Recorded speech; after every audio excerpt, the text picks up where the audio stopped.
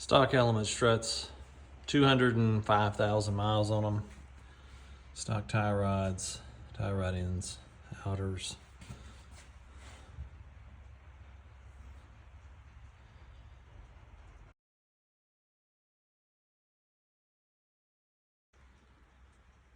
I see a lot of people in videos that will take this bolt here, a loose, and this was a 19 millimeter on my element, and then they will take a hammer like this nice one and they'll start hitting right here. Well, here's the thing, see that's got 4 holes in it. As soon as you hit that with a hammer, it's going to smudge the threads, and if you were reusing this, which I am not, if you're reusing it, it would destroy the part. So don't ever hit the threads. You're actually going to strike right there. So I'm going to strike this a few times, put the phone down, and I'm going to strike it a few times, and then we'll see it come loose. So this is exactly what I did. I took the hammer, 1, 2, 3, and then I went like this. And there it is, it's loose. I didn't have to beat on anything or destroy anything. Just 3 motivated swacks, and there it was. So as you do this, one thing you're gonna wanna do, I already took the spindle loose here. I think it was a 22 on this side, a 19 on this side. And you take this 12 millimeter here for the brake lines. I don't have ABS on mine, so I didn't have to worry with ABS. The other thing you're gonna wanna do though is take this 30, I think it's a 36, yeah, 36 millimeter nut off here for the axle and push that through to about right here. The reason being is that it puts too much stress on that boot right there. So when I first let this down, that boot pulled way out. Elements are known for having axle issues, and I do not want to put, don't want to put aftermarkets on here, and OE are very expensive. So in order to save the axle and not put too much stress on the boot, we take this nut here loose and just drive the axle in just enough to relieve the pressure over there. The last 3 bolts for the removal of the old strut are here, here, and here. I have seen the mistake made of taking this nut here loose while the strut is still in the car. That will likely break your foot or at least do damage to the car. Don't take this loose until the spring has a spring compressor on it. So this one, and this one, they're 14 millimeter. And you're gonna wanna take those off while holding the strut on the bottom so it doesn't fall out. All right, so here we have the passenger side. And I marked it on the top hat there so I know what the center line of this strut is down to the mount. And here is the new cartridge we'll be putting on. Bilstein. Bilstein, however you say it. You can notice they're fairly identical. A little bit different, but not too much. You have to use a different outer tie rod end. But other than that, these mounts are the same. We'll see when we get it on there, but this Blue Point snap-on spring compressor is the type I use. And basically, you just compress it enough to where it wiggles. The top up here will wiggle, and you can see the bearing in there. Hard to tell right now, but this is all loose. But basically, you tighten this until this is loose enough. You can see right here, it's loose, not in the pocket. Tighten that enough, and then we're gonna transfer everything over. I'm actually gonna replace the top hat and the bearing that you can actually see kind of down in there. We're gonna replace those 2 parts. And again, we don't take this nut here off. It's a 17. We don't take that off until this is completely compressed. All right, and there are lots of people that use the type with the pins that lock in. It's 2 pieces, 1 on each side, and they say, oh, it's so safe. Yeah, they're not really safe. So, in fact, even this type, I don't even consider a clamshell like this to be safe. Really something like a Brannick wall-mounted 7200, 7600, 7400, something like that is the only real safe way. And even still, those can explode. But you just have to treat this like a death machine when you work with it. Treat it with the utmost respect because it can kill you if this thing lets go. It would be a bad day. Don't take that 17 loose until this is compressed and you know that it's loose. There's absolutely no tension on this spring whatsoever. And this one just keeps wiggling because it's on the floor, but there's no tension on it. Then you can take that loose. All right, you should be able to see this in this video, the rust that is on this strut here. So basically what you have to do is, this is a 17 millimeter ratchet wrench I put on there. And then we're going to take an H6, so metric 6. Wiggle that in there so it's good and tight. And we're going to loosen this. And here's the thing, I put the gun on it and it just spins. So you put this on here and you'll see it doesn't take much effort at all for me to do this. But you got to hold the center so this thing will come undone. And it takes some time, but as long as you have the right tools and have it seated, and again have the what I call the bear trap on there, this thing will come right off. So here we've got the old boot and the bump stop here. And when we look at it, how it goes together, slips over, slides over, and there is a lip right here.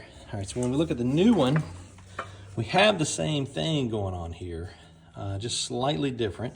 So what I'm gonna do to use this, reuse this, I'm gonna cut it right here and then I'm gonna fit it onto this because they are different and we have to, you know, we're going from element strut over to this nice Bilstein unit.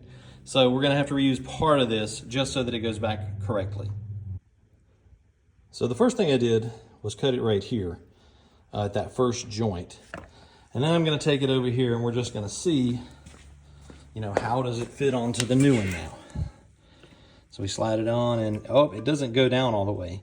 So we're gonna trim off some more. So here we've got our new parts. And you'll see right here marked as right passenger side. And then the bearing, it doesn't matter, the bearing goes on the bottom of this. And if we look at the old one, here's the old one here. That's the bearing on the bottom, this piece right here. And the only reason I'm replacing these is because of McPherson strut, actually, this pivots as you steer. And anything like that is definitely a wear point, so replacing that. And I would only replace it with Honda. You can see this is not too cracked up, and I actually thought about reusing them, but decided against it and just to put new in it. Now once you're sure you got it all lined up, you got all your lines marked up with where the base is, and I actually have to switch this a little bit. The spring is not lined up in the bottom. Once you get all that lined up, then you're gonna tighten that nut up. Then you're gonna ease this spring off. And I'm not gonna film that because it's just me. I did have to get creative with the bump stop in there. You will have to get creative with that piece and take the old boot and cut it up. You may have to stack multiple pieces. Better to just use one piece. But yeah, you will have to make that fit. But don't tighten that down. Don't let this off until everything is set perfectly. New bearing in there, everything lined up. Not difficult. Very difficult if you don't have the right spring compressor, but yeah, get it all lined up before you tighten everything down, and then take this clamshell off. So a few things that you need to be sure of, all right? My great guy at Honda marked this one as the R for passenger side, the other one package over here, if I can find it. I can't find it right now. It says left on it. Oh, there it is. It's in the frame. I didn't even see it. So it says left on it, right? So, but when I pulled the left one out, when I pulled the right one out, when I pulled righty out, you'll notice this, let me get it turned around the right way here.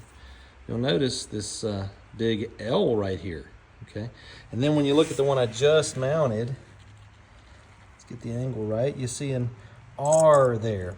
R is for passenger side, right side. It's always as you sit in the vehicle. So when you look at the vehicle, as you sit in the vehicle, this is the right side, and that is the left side.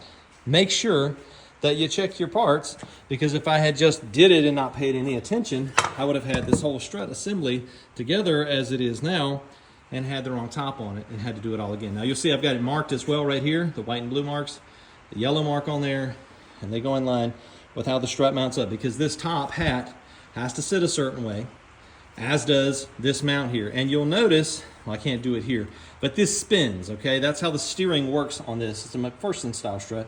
The steering works, the whole strut body moves, and the mount is solid and the bottom is solid, but that's how your steering works in this in an element. So just want to share that with you. Make sure that you line this up and make sure that it has the right letter on it, passenger side, right side. Reinstalling the strut back in is just opposite of how you removed. Slide it up in there, put the three 14mm bolts on the top. Now I know most of you don't have the use of a lift. I've got a Mohawk lift here in the shop because we do this all day, every day. But I wanted to share with you the way that I do it. I use this jiggle jack. And if you're doing this on the ground, on stands, you'd basically take a roller jack, just the floor jack, place it right under the ball joint there, and you're basically gonna wiggle this back up so that these two bolt holes match up with these two bolt holes. You can take pry bars and put them in here and wrestle and fight. I did that for many years. And then, you don't know what you don't know. And someone showed me the use of one of these jiggle jacks, and I got this short one specifically for this so that it's not too high. But just wanted to show you that's kind of what I do. That's part of my process to make this more easy and less labor intense, so I'm not worn out at the end of the job. So some of you might be asking, well, why the jiggle jack? And the reason is this, all right, you see these threads here, they're very fine. So I can make this adjustment just as fine as I want to in order to get these holes to line up perfectly so I can slide the bolt in. Versus if I'm prying on a pry bar, maybe between here, the subframe and the control arm, so I'm pushing up, trying to put the bolt in. As an old man used to tell me, it's like trying to stack greasy BBs in the middle of a 4-lane highway while standing on your head. It's just hard. And there's no reason for it to be that hard because there is a tool that does the thing. Now, if you're doing a floor jack, you can do it just the same. It's just, you gotta get real close. You gotta get your head up in here so you can see to match these up so the bolt just slides in like that. All right, so I've got these bolts back together, 22 and a 19. Also put the brake line back on. No ABS on mine, but the Bilstein does come with the attachment for it. You hear the rain outside now. Last thing, two last things. You gotta remember to put this axle nut back on here. It's a 36mm. As soon as I pushed the spindle back up, it poked right back through. I just had to reach behind him. Push just a little bit. We'll tighten that up, and then I'm gonna put a new mark in this to hold that tight. And the last thing will be up here at the tie rod. Now I haven't moved the tie rod at all right? But as we can see, it's not falling down in the hole like it should, and that's an issue. We have to replace this outer tie rod because it is not made to fit into this strut. And that is the main difference in the whole setup here is we got to use CRV outer tie rod ends so that it will slide down in the hole. Now we'll test the new one before we even put it on, but I just want to show you that. Don't forget the axle nut. Make sure that the boot on the inside is looking good. That one is. Boot out here looking good. No issues, but don't forget that would be bad. And when you do put your new pop mark in it, like that one right there, you see a little bit of a tick right there. Line it up with that keyway, take a chisel and smack it. Or you can take just a hammer and smack it. I like a chisel because I like a firm indent into it so that the axle nut doesn't back off. If you have an axle nut back off, you can prematurely wear out your wheel bearings. So always want to pay attention to that and lock them in. I know some guys just put it on there with an air hammer or an air gun, or like my Milwaukee here, an electric impact, which will put it on very tight. But if you don't lock it, it could back off. I've had that happen on some turbo cars we built before, that this nut actually backed off because somebody, they didn't notch it. So just as an FYI, there you go. So as you can see with the two tie rod ends in my hand, this is the stock original. This is a TRW. I think the Honda ones were close to $100 a piece for new, so I went with TRW. But you can see the difference. See the shoulder there, size of the bolt, much smaller and a different size shoulder. And when I stick this TRW unit up in there, it engages all the way into the steering arm on the strut. So make sure you get CRV tie rod ends, and they will screw right onto your factory inners here. So you just screw that right on there and then pop right down in. Now, one thing you got to make sure you do, and I'll say this again in the video later, you got to get this thing lined up. So I bumped the nut here, just a quarter of a thread, not even an eighth of a thread, just to screw this off. And then I measured, and then I locked the strut in place, And I'm gonna screw this right back onto the same spot there, about the same length, almost identical, but that doesn't matter. It still has to have an alignment when you're done, because you've changed the ride height a little bit because we're putting Bilsteins on here, but also you've messed with the toe end. So make sure you get it aligned afterwards. All right, now we've got them on. One good thing about the TRW, comes with a good castellated nut. Also comes with a new cotter pin. You don't want to be reusing these old ones, because yours are probably going to look like that one. And actually, this one didn't even have a castellated nut on, so I suppose maybe it's been replaced before. But you definitely want to get one with a castellated nut and put a new cotter pin on it.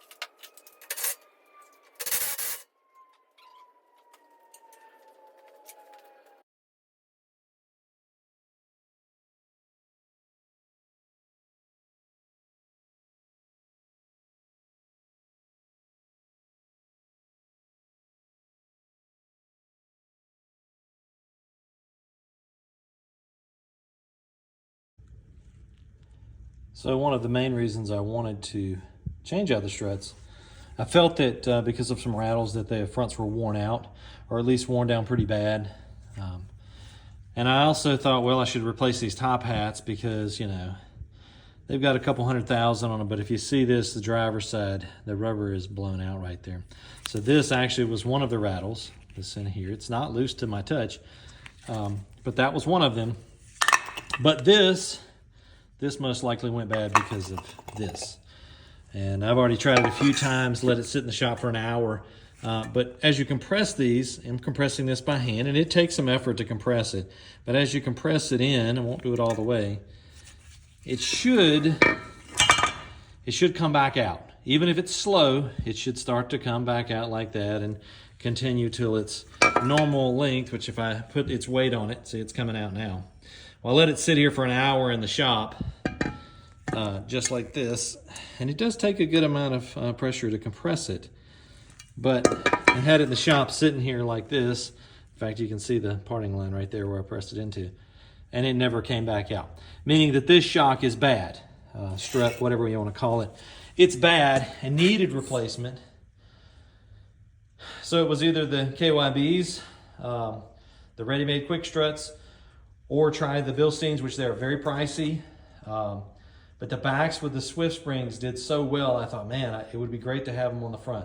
Now that I see that this is worn out, I think I made the right choice. So we'll see as it drives down the road, and I will update to let you know what I find, because right now we're letting it settle and prepping to check the toe on it. The last thing you want to do here, though, is you want to have it aligned. You want to have a fresh toe alignment or a full four-wheel alignment when you change stuff like this, because it could cost you a set of tires really quick if you don't do an alignment. So after you do it, any strut change on this, front strut change on a element, I would definitely have it aligned, because the steering arm is not made to the spindle, it's made into the strut. It's a McPherson strut. So if you do it, make sure you get it aligned afterwards.